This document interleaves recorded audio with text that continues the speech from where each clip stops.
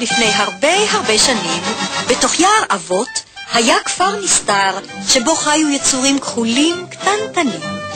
קראו להם דרדסים. הם היו טובי לב. לא רחוק משם חי גרגמל, המחשף הנורא.